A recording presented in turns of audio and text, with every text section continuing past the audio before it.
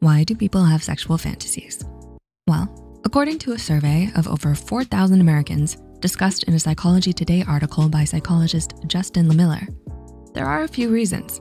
The most common reason given by survey participants was simply to experience sexual arousal, while 69.8% of Americans said it was because they were curious about different sensations and sexual experiences.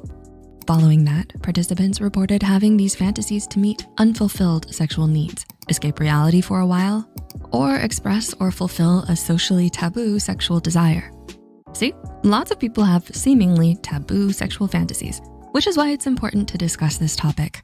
According to an article from Insider, evidence suggests that those who have sexual fantasies experience less anxiety and a greater sense of self-esteem.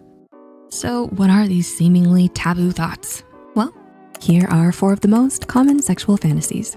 Like it rough? Apparently over 70% of you do. That's right, rough sex and dominant sex have been found to be more common than you think. Social psychologist Justin Lemiller surveyed 4,000 Americans and found that 93% of women and 81% of men had fantasized about being dominated, while 85% of men and 76% of women fantasized about being sexually dominant. This may make you think of BDSM, which stands for Bondage, Discipline, Domination, Submission, Sadism, and Masochism. There's a psychological component that is often involved in BDSM. Many, for example, like psychological role play, where an exchange of power is often present.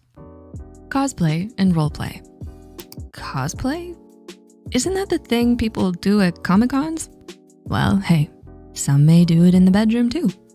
Role play and cosplay are different. According to an article from Insider, cosplay is the act of dressing up like someone or something else, often from a book, movie, or video game. It's not inherently sexual, but some people enjoy impersonating a character during sex. However, the term role play often has a sexual connotation, as it has often been used to fulfill sexual kinks or desires. Remember that power exchange mentioned before? Dressing up as certain characters or taking on different personas with your partner may just be a way to safely and consensually express that desire. Certified sex therapist Sari Cooper explains in an article for Psychology Today that the old saying that the brain is the biggest sex organ still holds true. How we become aroused in a sexual scenario, either solo or with a partner, begins with fantasy and imagination. Cooper goes on to explain that often her clients are shy about sharing personal fantasies out of fear of being perceived as strange, bizarre, or disgusting by their partner.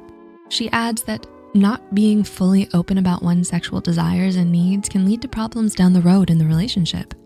It seems role-playing isn't as taboo as some might think. And as Cooper adds, role-playing is one of many options that provide a safe, non-threatening way for couples to explore.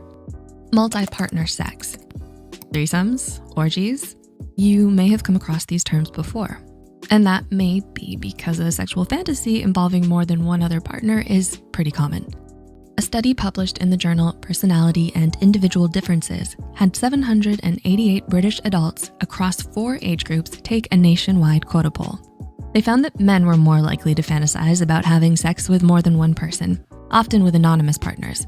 For women, the study states that as a proportion of total fantasy output, women were more likely than men to fantasize about same-sex and famous partners.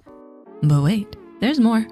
A 2017 study published in Archives of Sexual Behavior and discussed in an article from Insider found that out of 274 Canadian university undergrads, 64% of them revealed that they had interest in multi-partner sex.